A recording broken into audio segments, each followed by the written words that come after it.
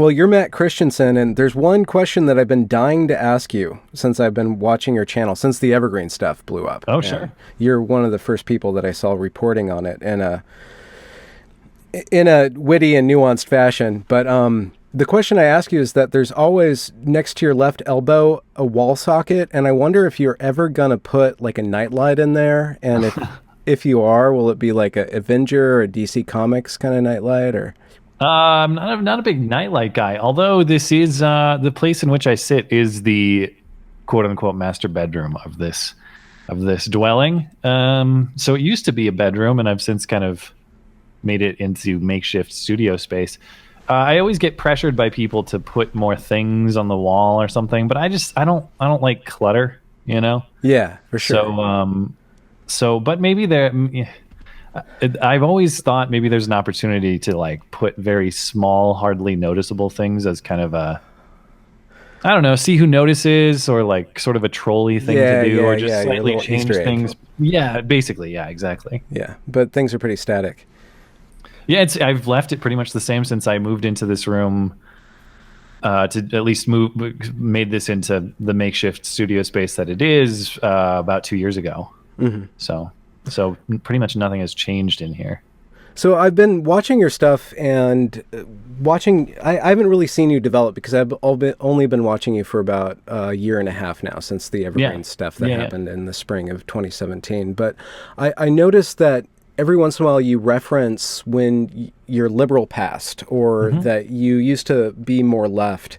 And it seems like there's a distance that's growing, and I don't really jive with the phrase the political is personal, but I do think ideology is rooted in biography. So I just wanted to know, like, about how you started grappling with politics and how you've slowly been kind of formulating your position as not left. I don't know if you're necessarily right, though.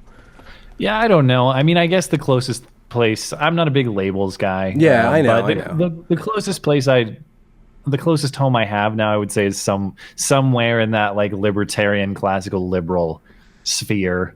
Yeah. I would say these days that most of my friends are conservative or on the right, but I don't even know that that's necessarily due to ideological conformity. We have common ground, but mostly for me, those are. Strangely enough, because when I was growing up, it seemed like the opposite was true. Those are where the tolerant people are these days. Those are the people who are actually willing to engage with ideas that they might not agree with and that sort of thing. Now, I know that's not true of everybody, but in general, as I've shifted in my perspective a little bit, people on the right, even people with fringe ideas on the right, have been far more welcoming to people like me, and been far more willing to discuss differences of ideas than people, even some friends I've had on the left, where it's like, you will conform, you will adopt the groupthink, you will uphold the tenets of our religion, basically, or you will be exiled. And I don't know. I often wonder, how much was I exiled? Did I choose to leave? How did this all happen? But anyway, did you hashtag walk away? I walked away before it was walk away, you could say. But to answer your question, so I've actually always been really politically interested. Oh, really? Yeah, well, always. At least. Is that what you studied in college? Yeah, I was a political science major. Oh, so okay. I'm actually less interested in like advocacy or professional politics than I am in just political observation. Okay. You know? I love the theater of politics. It's always been highly entertaining to me. I have no ambition to be a politician. Really? Or run for no desire to do that at all. Not even a little participation in political theater? Nope, not really. I mean, I am a participant to some degree, you know, doing this, but that's pretty small scale, minor stuff. I like talking to people about ideas. I don't want to craft policy. I don't want to deal with that. And I also don't want to be scrutinized to the degree that politicians are, where you have to maintain, you have to say everything right. Well, you've put a lot of material out there, so if you're going to be scrutinized. There's plenty of material of me saying things that could be definitely used against me too. But I when I was in high school, that was like the height of the Iraq War, and it was like very cool to be anti-Bush and hate the war and all that. And that's who I was. I was one of those like left-wing teenagers, you know? And so I kind of fell into line with the mainstream Democratic Party at the time. And I went to college, and I was all excited about Obama in 2008, and that was great. And I voted for him again in 2012, as recently as 2012.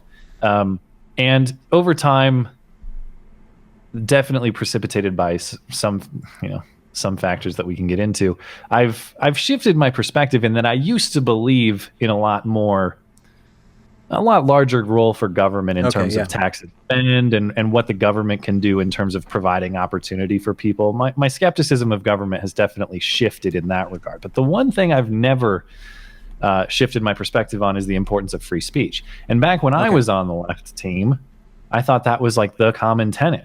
Was because back when my worldview was forming, it was like, the church ladies were trying to censor your Grand Theft Auto, and stuff like, and I didn't like that. I still don't like that. But these days, it's the Anita Sarkeesians trying to tell you that Grand Theft Auto is sexist and all that. Yeah, so there's a redressing of that puritanical force in our culture, and it's gone through some sort of weird hoop-de-hoop.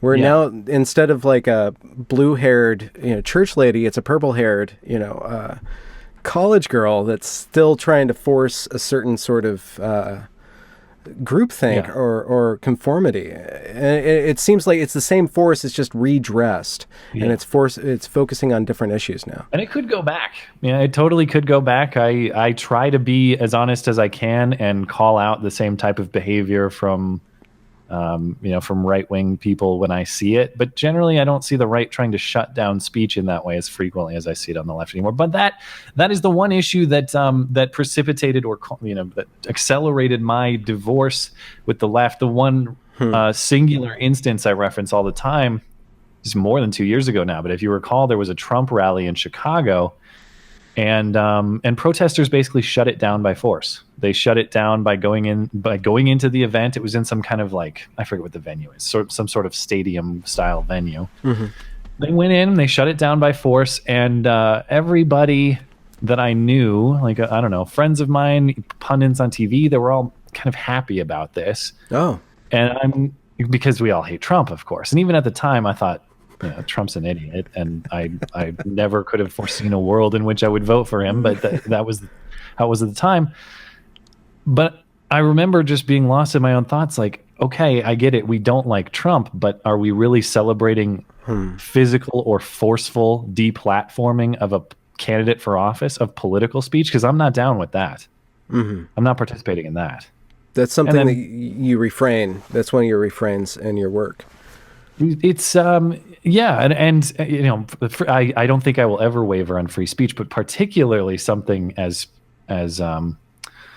purely within the scope of the First Amendment as a politician's stump speech, that is crucially important to protect. That is at the core of the First Amendment. And I know that it wasn't the government shutting down that speech, but that was a cultural abandonment of the values behind the First Amendment. And as soon as you abandon those values culturally, you're in trouble. I mean, I'm not saying laws are coming, but law is a reflection of culture at some level. Yeah, on some level. There's one, I've been studying this Evergreen debacle, which it's kind of old news. It's very old news, but I was a student there, and I've been looking at it, and I've been talking to people who are Evergreeners, or Greeners as we call ourselves. And one of the refrains from the left critique of the protests themselves is that these protesters were appealing to the authority. They were appealing to the administration. Mm-hmm. And the critique of that is that, well, okay, so you want the administration to have more power to control everybody's speech and to control everybody's behavior. What happens when the administration switches hands? Yeah. And so it is a worrisome prospect that the people who are protesting for draconian, I don't know, who are acting in draconian manners and on these private entities like Twitter and YouTube and Facebook are trying to stifle speech. Once that mechanism of speech and of stifling of speech gets out of the hands of their side or is used against them, it doesn't seem like they have an end game. It never seems like they consider that. And that is why it's so important to stand up for fundamental rights like speech, even when you don't agree with it. It's like, people, the reason I go to bat for people like Alex Jones, for example, is not because I'm like the biggest InfoWars fanboy. Truth be told, I hardly ever looked at InfoWars stuff until I look at it more recently now because he's banned. It's the Streisand effect,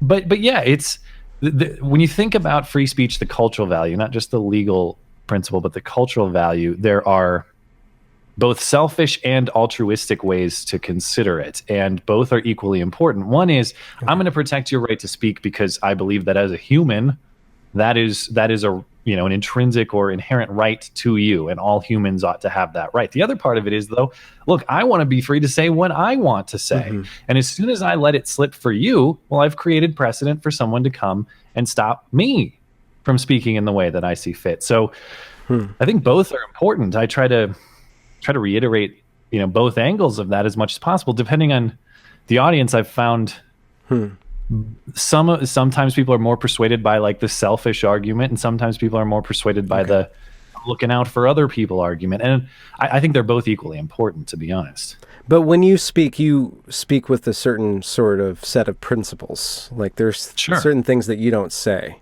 even though you're okay with other people saying certain things that you wouldn't say. Mean like when you say certain things I don't say, like things that would be out of bounds? Well, you have certain ethics that you bear into conversation. I guess I'm teasing out that it seems like people are conflating principles of how they behave. Like, I don't want to ever treat somebody else like this by saying these words, and construing that personal ethic with some sort of, they want to enforce that ethic. And what's the line between those two things, between having personal discipline and wanting to discipline others? Yeah, I guess I hadn't put a lot of thought to that, but the difficulty with speech issues is that the line, as you put it, is almost impossible to objectively define outside of the objectively definable, and the areas in which speech is connected to some sort of victimization beyond the speech itself. So it's easy to the court has already carved those out essentially. Like if I defame you, if I slander you, if I cause you damage in that way, if I consume child pornography, there's an actual child victim of that particular form of speech. If I'm inciting people to come to your home tomorrow, if I create a credible plan to commit violence against you, sure, those sorts of things. But in terms of where it gets sticky is people think that they can set objective lines around basically opinion.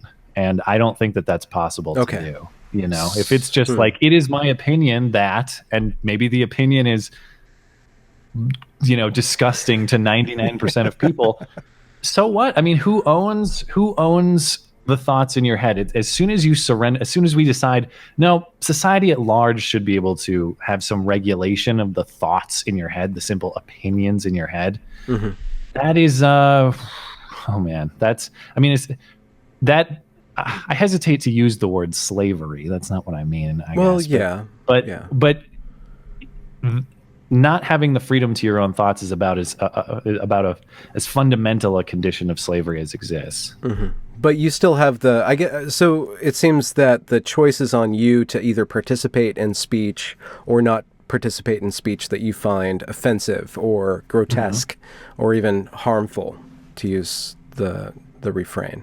But it's not the responsibility of this interpersonal entity, this corporation, this government to regulate that. Well, the other thing that just puzzles me about the hostility to speech is there are tons of examples of speech that I don't like or that actually offends me. People could say things on the internet. People say things about my family, for example. Terrible things. There's all kinds of stuff like that. Now, is it my job to try to purge the internet of that sort of thing? Or if I see something on the internet, can I just say, I don't like this, so I'm going to turn it off and go find something else to my taste. And what's weird to me is there's all kinds of stuff on the internet that people are entertained by or in real life, for example, that I just don't get. Take a non-offensive example of wrestling. Like, I don't get it. Okay. It's fake. Right. I think it's obviously fake. I don't get why it's entertaining to some people, but they like it. So for me, it's like, I'm not going to watch this. I'll turn it off and I'll go find something else I like.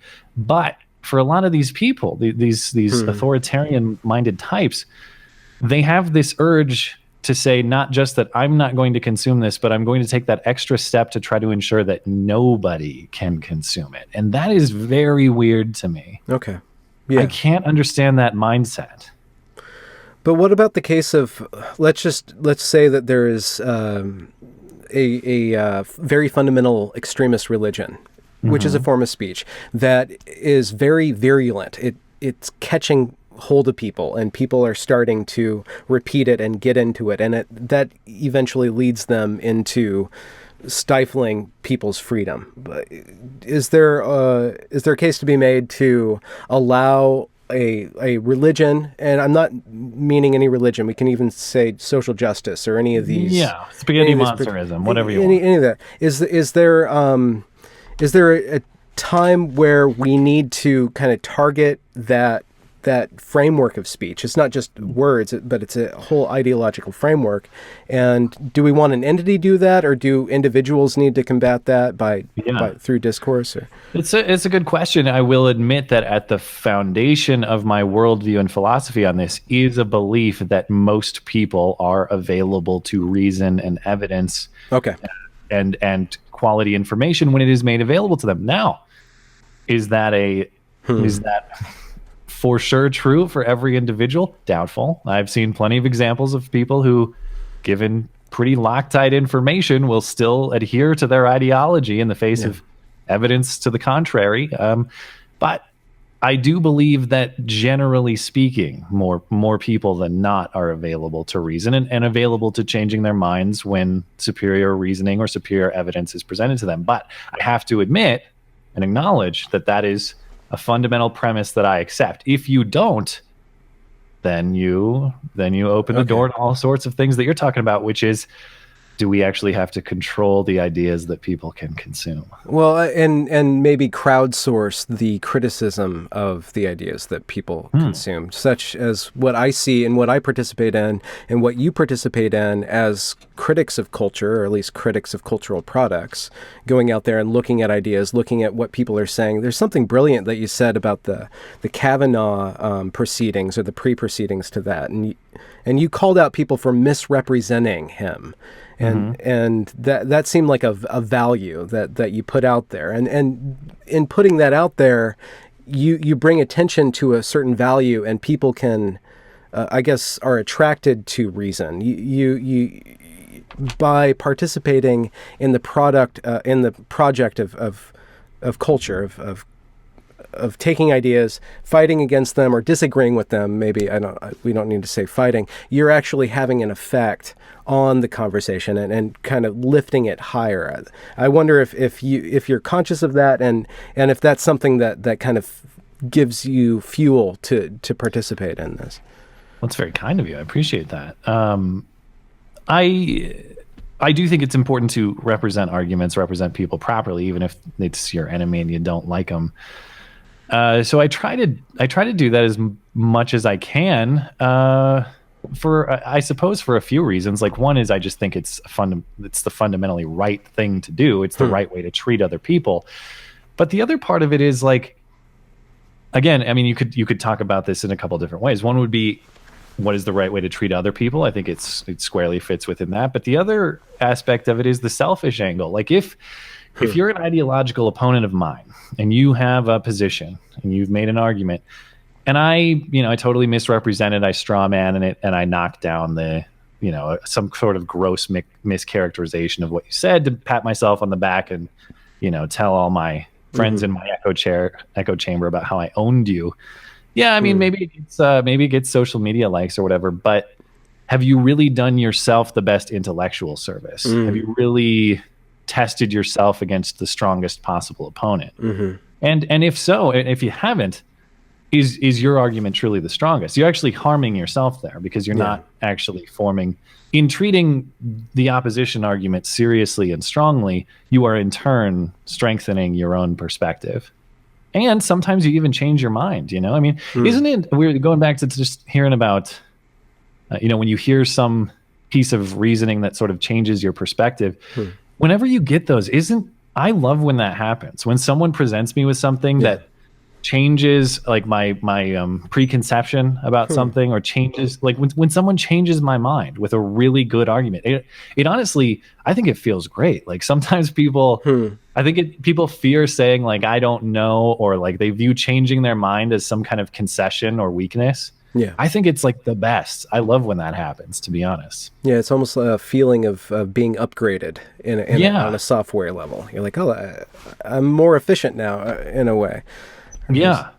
This new area that I get to explore that I wasn't access to. And I've been on like a 2-year trip of changing my mind. Oh, really? I think so. Kinda, yeah. I mean, I think so you're like a mood ring, just like. Well, I don't know if I'm that. I don't know if I'm that volatile, but maybe there's some truth to the fact that as you grow older, you become more conservative or something. I don't know. It's just. So when you say changing, you're changing in a certain direction then, or are you just always finding new things?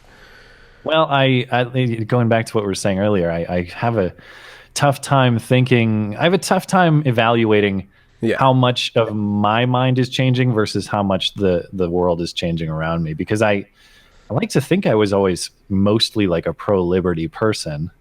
But I've definitely changed my mind on some things economically. Definitely changed my mind on guns. Changed my mind on. The one question that still just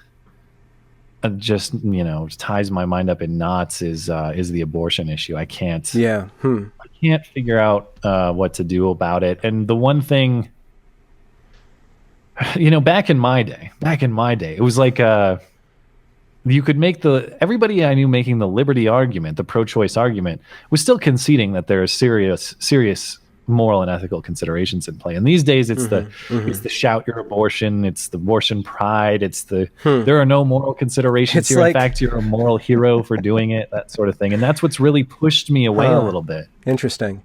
At Evergreen, every few months, the anti-abortion group shows up with these billboards of abortions, right? With the the fetuses and the placentas and stuff. And now it seems like the pro-abortion people are doing that now. They're making hats with fetuses like dangling out of it. It's like it's still the shock tactic, and it devalues the. It seems like from the anti-abortion, you're making it more valuable, but from the pro-abortion, when you go into that territory, and I see that with progressives and lefts, once you get down and dirty with leftist ideas, it doesn't have the same force for whatever reason from the more very conservative or very fundamental.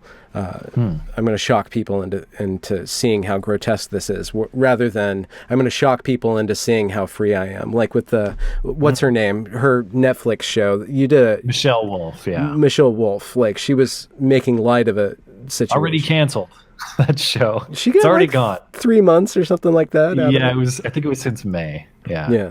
And she was done by the end of July. Yeah. Who could have foreseen? Yeah.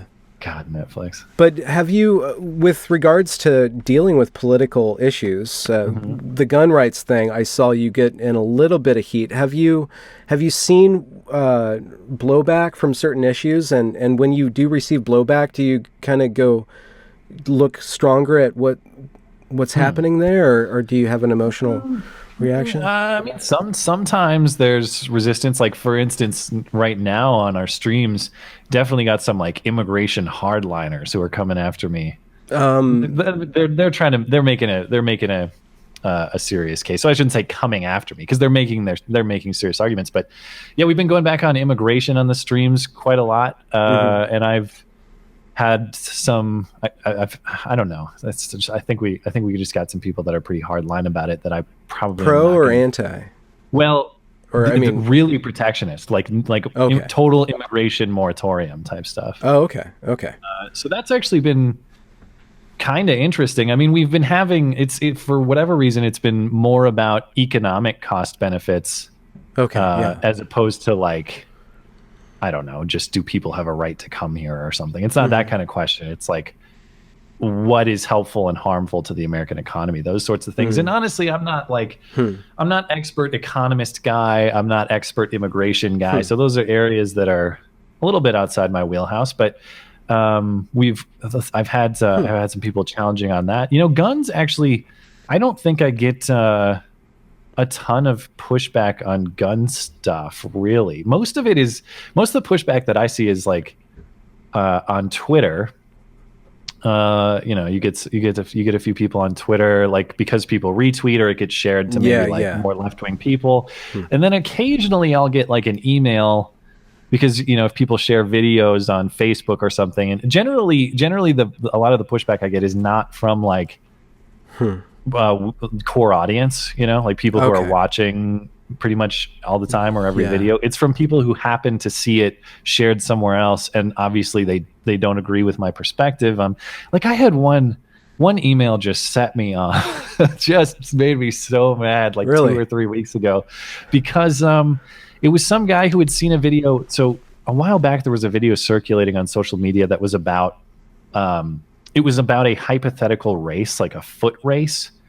And this teacher gave he said, if these characteristics are true of you, take one step forward. The privilege, race. It was the privilege foot race. And I'd made a whole video.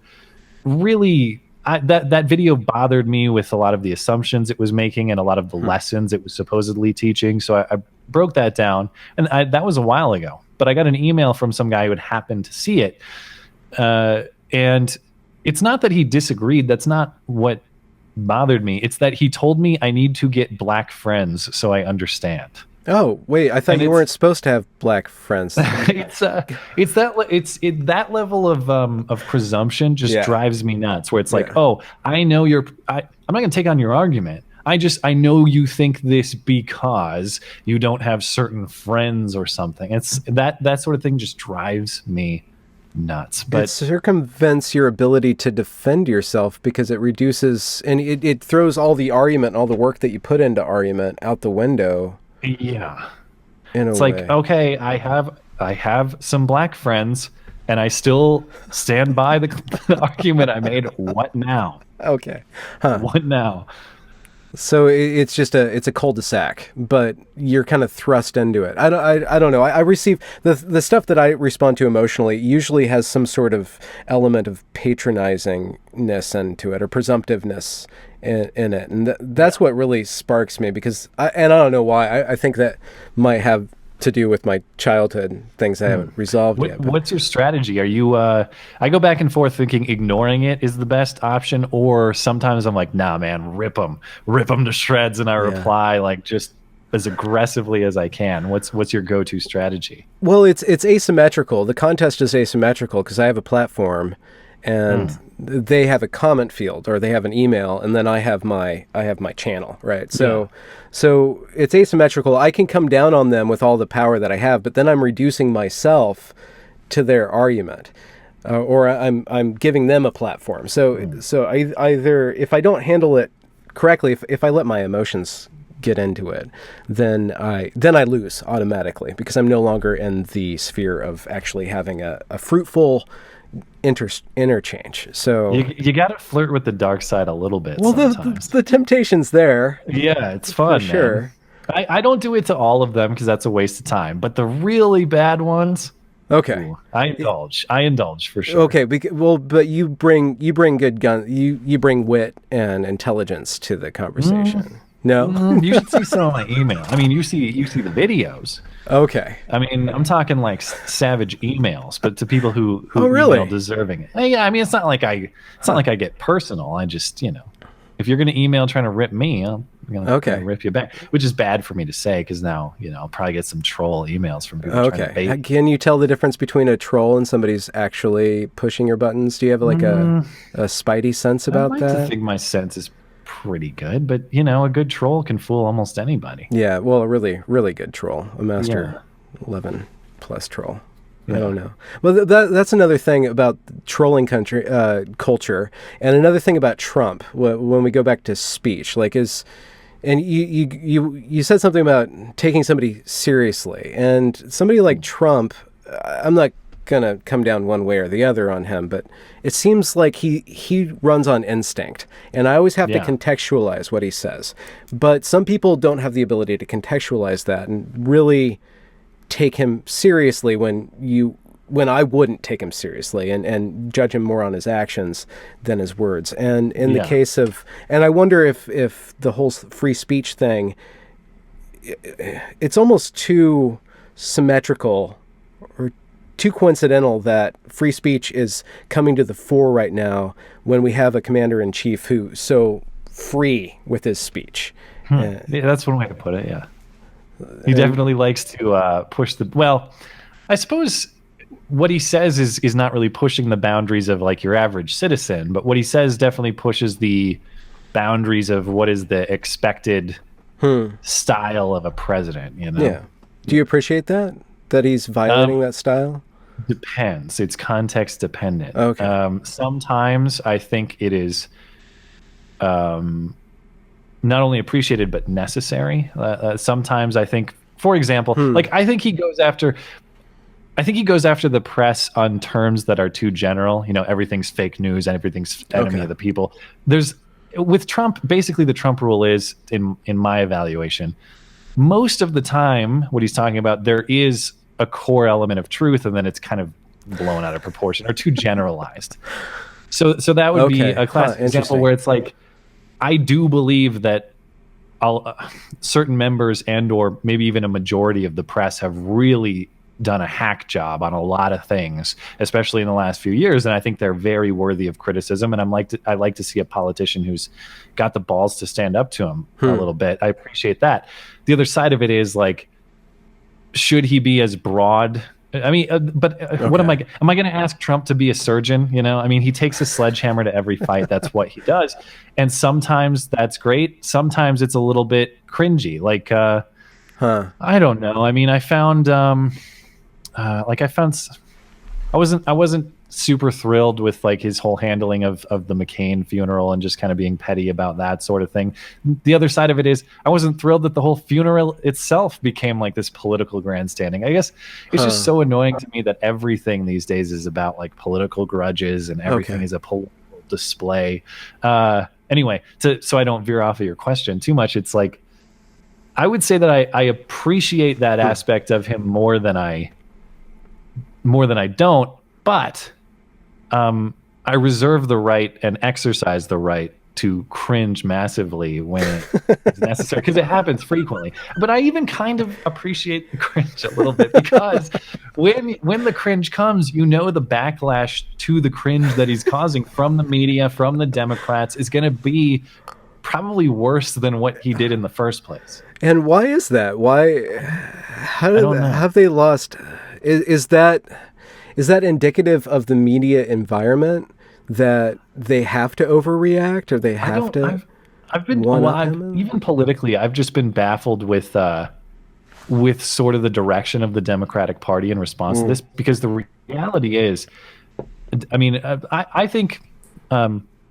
Overall, I think Trump's speaking and rhetoric lend himself to making a lot of enemies. I think as a policy matter, I think things are actually going fairly decently, to be honest. I don't have a problem with the direction the country's going in terms of policy right now. But Trump is so... I mean, Trump provides enough sound bites to be unpopular that if the Democrats just trotted out like reasonable, moderate guy or gal who's like, listen, this guy's kind of a jackass. We got some ideas here that I think most Americans are on board with. They're very modest, moderate proposals. If you would like American progress with a little more class, vote for us. Instead, the candidates that seem to be popping up in the party are honestly extreme on a lot of issues. I mean, we're seeing this socialist Democrat, or the Democratic Socialist trend coming up. The way they've gone on economics, some of their ideas on guns, there's certainly their ideas on borders. They're way outside mainstream American thought, and it just seems to me as incredibly politically unwise. Just put somebody out there who's much more capable of capturing that sort of kind of Trump-annoyed center, and you'll probably win. But they don't, for whatever reason, they're not doing that. I think maybe it's a party that's lacking leadership. Ever since Obama took office, who's been the leader of the Democratic Party? You could name maybe like 5 to 10 people, but none of them are clearly the presumptive leader. Bring that into focus. And Bernie had a chance to do that. I mean, probably an outside chance when we get into the real politic, but because there's no like take charge person with a more moderate perspective, it's like all the fringy people have sort of taken control by default, and I think it's really unwise. If I was a Democratic strategist, you got to get somebody who's more aligned with just kind of middle America views, and I don't necessarily mean like geographical middle. I use my mom and dad as kind of a proxy. My parents are like Reagan Democrats, basically. Like they generally have voted Democrat their whole life. They might deviate a little bit if there's a Republican that captures their interest. But I remember I was out with my dad a couple of weeks ago, and I think my dad has voted Democrat in most elections in his life, and he's just like, I can't vote for this party. They're just too crazy on too many issues. Like I can't vote for like no gun, like open borders. You can't defend yourself, and we're gonna have like communism light. And I know that's maybe a slight exaggeration. After I just talked about representing your opposition fairly, but I'm speaking just kind of in jest here, and Well, you're speaking about optics that the optics themselves are certainly realistic, that people could see that a majority of people could see that. How would that damage our country, do you think, to have a majority Republican government without a strong opposition, without a moderate opposition? How could that eventually? In general, I'd be skeptical of a one-party control, regardless of whether I agree with it or not, for the same reasons we were discussing earlier. It's like, all right, it might be cool while it's doing things that you like. Yeah, okay. But while it's doing things you don't, it's quite bad. I think the one thing, what I actually fear the most about Democrats potentially taking control of Congress is not even necessarily the policy issues that we just discussed, even though I do not want their ideas on borders and the economy and guns to become the legal standard. And with Trump in the White House, they probably wouldn't anyway. But what actually bothers me the most is if they get into power, and it's not unique to them because Republicans have done it too and will do it in the future, it's just going to be endless investigation after endless investigation. Okay. Yeah. It's just, at this point, we've got like a federal government that exists to investigate itself, and it's... I wish we could have more common ground on the left with this, because it's like, all right, you don't like what Trump is doing. You wish Trump had less power. Like, why can't we agree on less power within the federal government generally? Like, you guys hate Trump. Wouldn't it be great if you had basically more local control over pretty much everything? Yeah. Why can't we? I guess I'll never understand the like hatred of the person in the office, but still the idea that the federal government control. Yeah, like we hate the guy who has the central control right now. Yeah. But we also want central control. It's just we want the central control. Yeah. Like it seems like we should be able to agree on decentralized control so it doesn't matter who's in office. Yeah. But we can't for whatever reason. Yeah. I find that has a parallel in what's happening or has been happening on college campuses with the authoritarian. I don't really think that cultural Marxism is that useful of a term, but there is a certain ideological bent in our colleges, and more importantly in our school system, is very much very left, and people are getting indoctrinated all the way up into college, and so I want more of a balance in our education system. I'm worried more about our education system than our government. I'm not interviewing you, but I'm curious. Was Evergreen as kooky when you were there as it has been, or at least was in the last year or two? Oh, it went full kook while I was there. Like Okay. I was there. I got in. I did college really late. I got in at 2013, Okay. and then I graduated in 2017. So did you were you there when this broke out, or I had was you just finishing. graduated? I was finishing my senior thesis thing. Oh, gotcha. In the Okay, library so when it got. you were physically there when all that happened. I was in the building, and then Wow. my next class, I was directly targeted with the same speech axe that was thrown at George Bridges. So I witnessed it firsthand, and I had been working in the media department, so I had been in a lot of these meetings and recording these seminars and these panels. So was it surprising to you when it reached like peak insanity, or was it something that you had kind of foreseen? And again, I know I'm kind of hijacking your interview, so if you want to switch, but this stuff's really interesting to me because that story just captivated me last year. Yeah, I'll just talk about one little thing. About 3 or 4 months before the protest, there was a sign-in ceremony for the chief of police, Stacey Brown. Yes, and I worked this event, and I set up the 2 speakers and the microphone, and I had my little audio cart, and I heard that there was going to be a protest. But what happened was that I shouldn't call them kids, but I don't know what else to call them. A bunch of these young... I could think of much worse things to call. Oh, okay. Then I'll allow a bunch of the kids showed up, just screaming, da da da da, fuck the police, no justice, no police, and they were screaming and yelling and screaming, and the police force came, and the administration came, and the very big children just used that as a platform to not have any sort of discussion whatsoever. It was like they were incapable of having discussion. All they could do was scream. There was one slightly maybe assault that happened that I kind of saw. And then what they did, like they were yelling and screaming at the administrators and then the police, of course. And they were laughing at the same time and then eating all the free food there. And was food provided? Oh, that's right. I forgot. Didn't George Bridges buy them pizza or something? Well, that was at the protest. But for the sign-in ceremony, they had this cause that was really important to them. But at the same time, they were more in it for the lulz. Right. And then they were eating the cake and stuff. And I was really, really pissed off about that because of the... Oh, God. The whole thing just sucks, man. It's like, it's one thing I was thinking about the whole time is guys like you, basically, who are just there to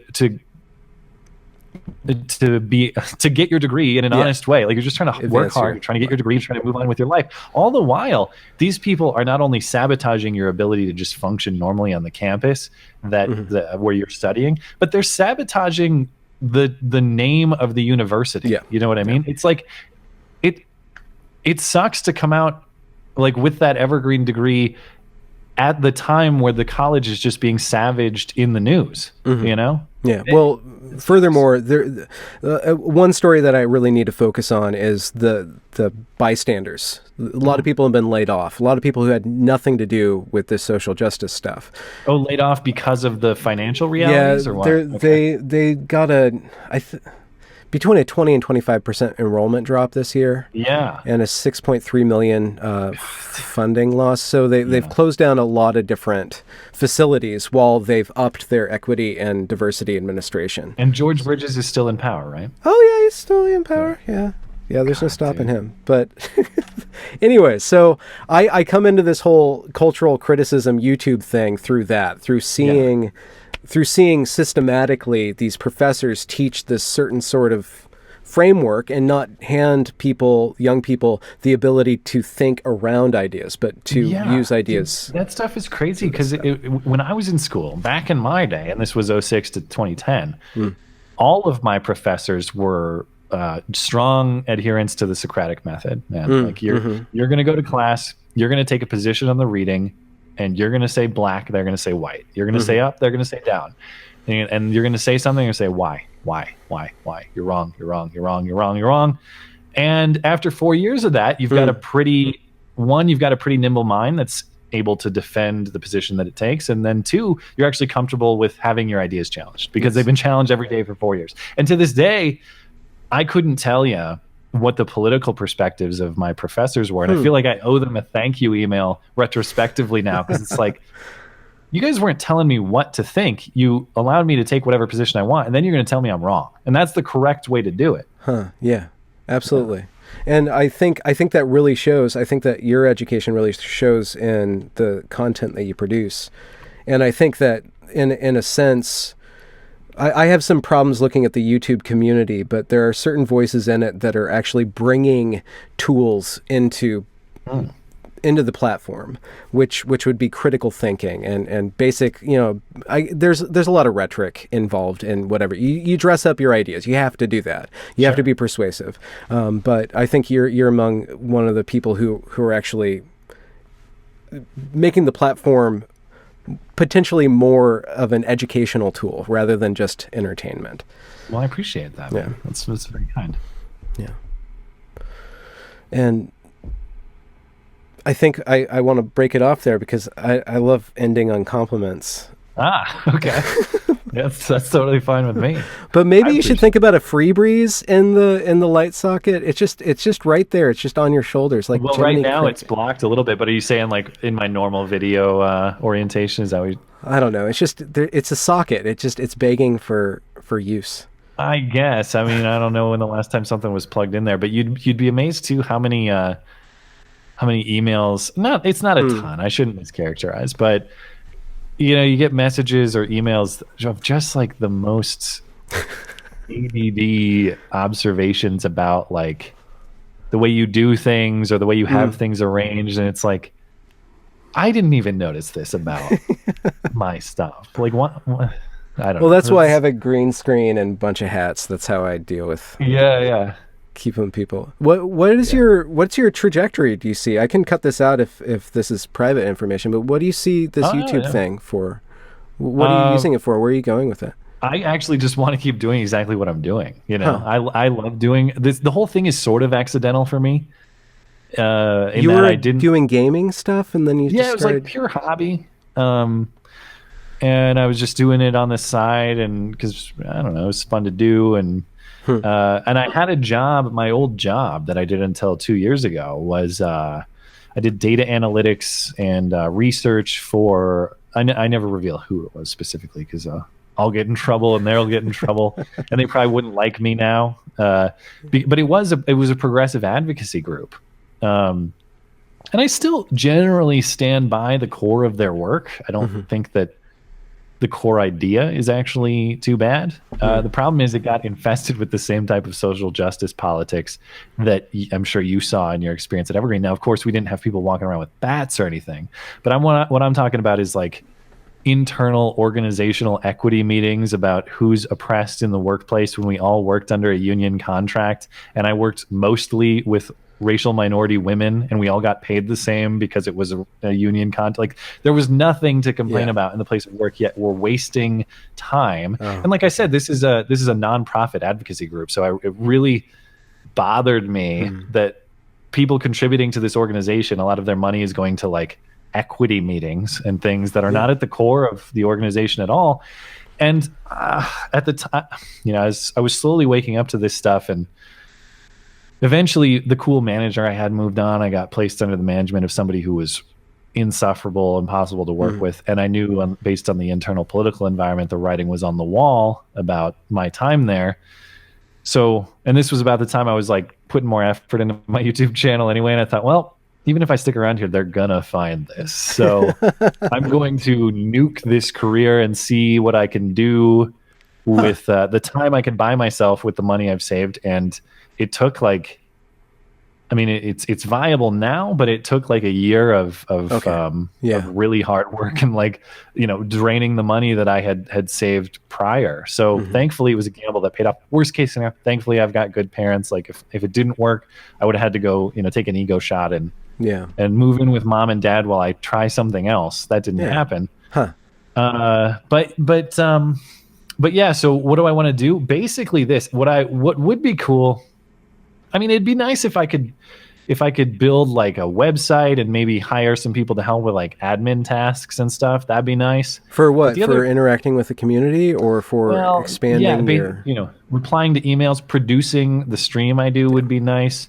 Maybe helping me with some of the like just behind the scene tasks of producing videos. That would probably be helpful. But the other side of it is like, I don't think I'm going to be good at handing off responsibilities. Like I like everything I make. I like that it is 100% by me. Yeah. You know, very frontiersman. Yeah, I mean, the reality is if I hired some good talent, they could probably do a lot of that behind the scenes stuff better than I do it anyway. But there's a certain pride that goes along with it. You know, it's like I want it written by me, I want it recorded by me, I want it edited by me, I want it all by me. And so I've been kind of hesitant to that idea, but it's not financially realistic just yet either. But it could happen. What about your content? Are you developing it? Are you working on... Are you watching yourself develop, and do you have thoughts on like how you just want to go from one story to the next? Is that how you operate? I mean, I like basically going through the events of the... Like, I want to do current event stuff. You know, I'm happy with what I do now. And I'm happy with kind of the format that I've got going of doing shorter pieces and longer streams. And I'm definitely a creature of habit, you know, like I basically have a schedule. I do this on this day and then they get posted on this day and I do that 1,000,000 times over. So I really like the spot that I'm in. The other thing I love about the status quo is I go on the internet, I write my observations about what's happening in the world, I post them, then I shut it off and I go, do something else for like 12 hours and then I come back and do it again. So you're establishing a more healthy relationship with the medium then. Yeah, and it's a much better quality of life than I had in a former office job, you know. I don't think people are supposed to sit for like 8 hours a day in an office chair. I don't think that's good for people. So I know that it sounds kind of like you're always supposed to have this goal, like, oh, I'm going to achieve this by next year. I'm going to build this. It's like, I like the way things are. Okay. I just want to keep them the way they are. Yeah. And hopefully I don't get banned, you know? Like that's my only goal, is not get banned on these platforms. Does that when you're thinking of topics, does that go through your mind? Well, this could be banned. No, I mean, because I know everything's going to be demonetized by default. Oh, really? So, yeah, I mean, I'm sure you've probably had your own experience with that sort of thing. Yeah, about 50%. Yeah, mine's maybe more like 3/4, I would say. Oh wow, okay, yeah. But as you've probably seen, the thing that infuriates me is most of my videos are demonetized by default on upload, and then I appeal every single one, and actually I win most of the appeals. But that's usually 4 or 5 days later when the video has had about 90% of the play that it's ever going to get. Yeah, I've been playing with tags and stuff like that to try to see what does or doesn't. Yeah, it's really, I don't have a good sense of what the algorithm is looking for, so I don't bother. Like, I'm just going to say what I'm going to say, and I don't think that, I really don't think my content is ever too far out there that I fear like being banned or something. I guess the only thing that could happen is, you know, you're seeing these mass roaming mobs of flaggers these days. They're going after whoever the target of the week is. So I could definitely see that happening to me, but usually what happens, like it just happened to Medicare recently. So they've targeted other people. I could see that happening, and it's like, yeah, you might be falsely down for like 3 days, but then you come back. Yeah, it would be an annoying obstacle, but but you're not really worried about the platforms and the positions that they're in: Facebook, Twitter, YouTube. I mean, I am. I definitely am, because I'm not foolish enough to think, oh, it's just Alex Jones, they'll definitely stop there. That's their line, is Alex Jones. No, I think this time next year you're going to see a lot more people of more mainstream conservative or libertarian perspectives who are banned on these platforms. I think that's going to be the natural progression of things. Maybe that'll include me, maybe not, but the one I'm not going to worry about that until that actually happens. And I know that where there's demand for a product, the audience finds it, and you're seeing it with that. Like I said, with Alex Jones right now, if you look at the rankings of where InfoWars has ranked in terms of website traffic, it's jumped like 1,000 spots because of this banning, and that's because people who like InfoWars, they're not gonna they're not going to see InfoWars banned on YouTube and go, oh, I can't watch it on YouTube. Guess I'll tune into Chris Cuomo now or something like that. That's not going to happen. They're going to find it where it's available. So, they could throw up their obstacles, but I enjoy making this stuff and people enjoy watching it. So I'm going to find a place that will host it and we'll deal with the rest, as the obstacles arise. Yeah. You're not going to protest or do any calls to action then. I see that going around, but I don't know how effective that would be. Call it like protest against the companies? Pushing against YouTube, No, I probably won't do more than just I'll have critical commentary about it. Yeah. Okay, but the one thing I would like to see, and I always hate saying I'd like to see other people do this instead of me, because I should probably take some action myself. But it's like, I heard Ruben and Shapiro talking about this on a stream the other day, or who was it? Ruben and somebody else maybe. But they were just saying, it's like, okay, clearly there's all this punishment against the IDW, the intellectual dark web or whatever. And they're talking about why do we put up with the bullying from YouTube and the rest of these companies? Why don't we just make our own network and our own website? I'm like, oh, why don't you guys do that? Because I'll jump ship tomorrow if you do. Yeah. I would love to build something like that where it's just take that entire circle of just independent political, cultural news commentary and just give them a home. And I'm not saying it has to be ideologically pure. In fact, I prefer it not be. It's the same reason I don't want people banned on Twitter because I don't like the echo chamber effect. You go on Gab, I'm on Gab too, but it's just all the people banned on Twitter mostly. I don't like that. Yeah. So if all these guys, if everybody agreed, I guess you think about creating a creators union basically is what it would be. Exactly. If everybody agreed, all right, YouTube, you're going to agree to these terms about being more content neutral, or we're going to post all of our stuff exclusively over on this other platform. And by the way, we're responsible for millions of views and subscribers on your platform that will no longer be happening if you don't treat us seriously. I'd like to see something like that. That'd be great. I would love to participate in something like that. You would go the union route in that case. I guess you'd call it that. It wouldn't be a labor union in the traditional sense because none of us are employees of theirs, but it would be as a practical matter. Yeah. As a practical matter, the effects are the same though. We provide their company value with our labor. They benefit from it, and yet they are giving us all kinds of. It's not that they have. The thing that drives me nuts about YouTube is all right, you guys are in this analogy, you guys are the boss. It's your rules, and I get to choose, do I accept the rules or not in participating? But the problem is the rules are just entirely unclear, as we were talking about with trying to figure out the demonetization. Tell me what words I can say and what ones I can't, and I will decide if I agree to participate or not. But it's a guessing game, and that's what's really frustrating. It might not even ultimately not be the words, but the opinions. Yeah. Imagine a workplace where you're guessing the code of conduct at work every day, and you might be randomly punished or not. How would that be? That's what you're dealing with, Your bonus at the end of the week is dependent on your vocabulary, but you don't have the book. And nobody knows what the rules are. You might be suspended from work tomorrow for unclear reasons. Yeah. Even though you've been providing the company a lot of value and working really hard. Yeah. And I have no problem with that. YouTube has the infrastructure. I'm not saying that they couldn't get any benefit from that, but the reality is the value of that company it's the you in the YouTube, man. It's the people creating the content that's being watched. Yeah. So I think they'd be much smarter to listen to. It's so weird to see YouTube. They keep wanting to go that TV route. They're gonna have YouTube originals, and we're gonna boost cable news content in the algorithm and stuff. It's idiots. People don't go to watch Chris Cuomo on your website. They go there to watch unfiltered, real people. Yeah. Talking about sometimes crazy opinions. That's what built your platform. Yeah. Anyway. Yeah. The raw, unrefined stuff. Yeah. Yeah, it's a trade-off.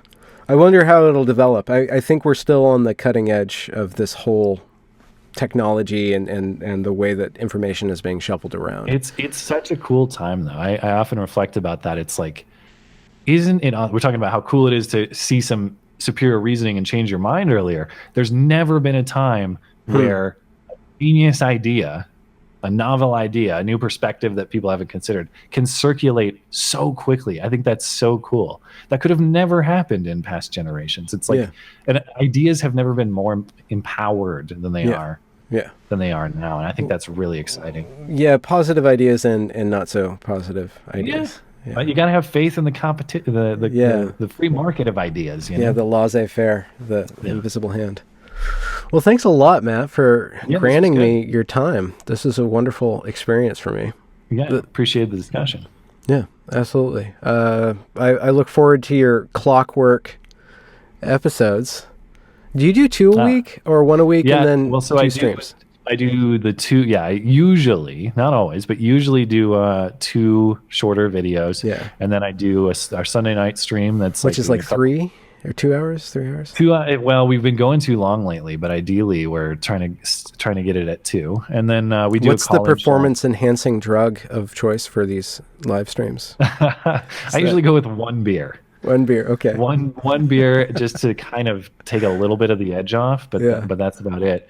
And then we do a Wednesday night call-in show, but those are really those are live only. And I post the audio to our podcast audio platforms, but I don't leave them up on YouTube for a few reasons. Because one is like it's a totally random, unprepared. Sometimes it could be really interesting. Sometimes it's like off the rails and crazy. So I think that it's a little bit too unpredictable for me to leave as like a feature product. But what I do like about it is it's sort of fun, unpredictable listening for people who do want that.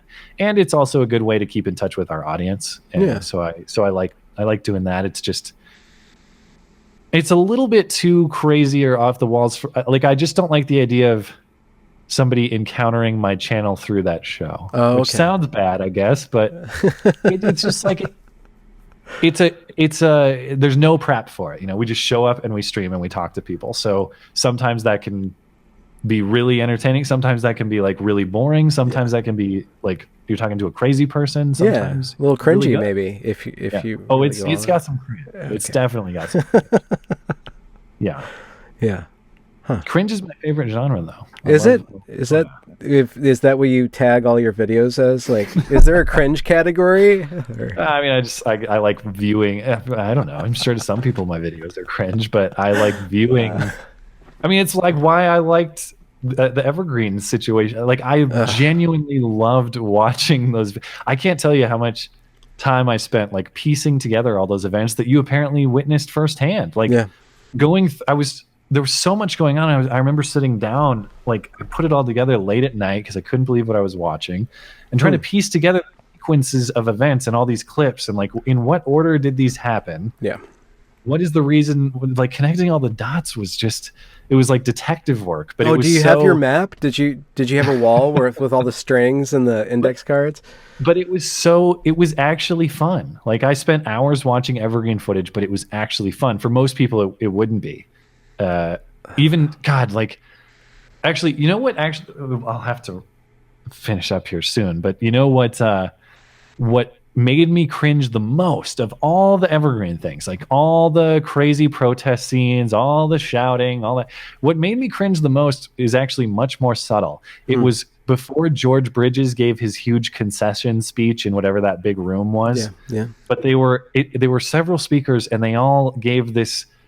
They all prefaced their commentary with like, "We acknowledge that Evergreen was built on stolen land from the such and such tribe," and it was this cult-like ritual that they all had to do about stolen Native American land. It was really weird, and it made me cringe really hard. Really? Huh. Yeah. Interesting. No, that's just part of the culture there now. Every major event has to have that. Go on. That is like decided by the administration, or the students demanded that, and the administration ceded. And actually, no, that form, it's not unique to Evergreen.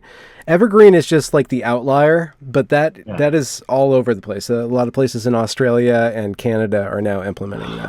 I had never seen something like that, so that comes out of the blue. Really, it's like the first time when people specify their pronouns. You're like, wait, what? That was the other part. My name is George Bridges, and I use he, his pronouns. Like, come on, dude. What?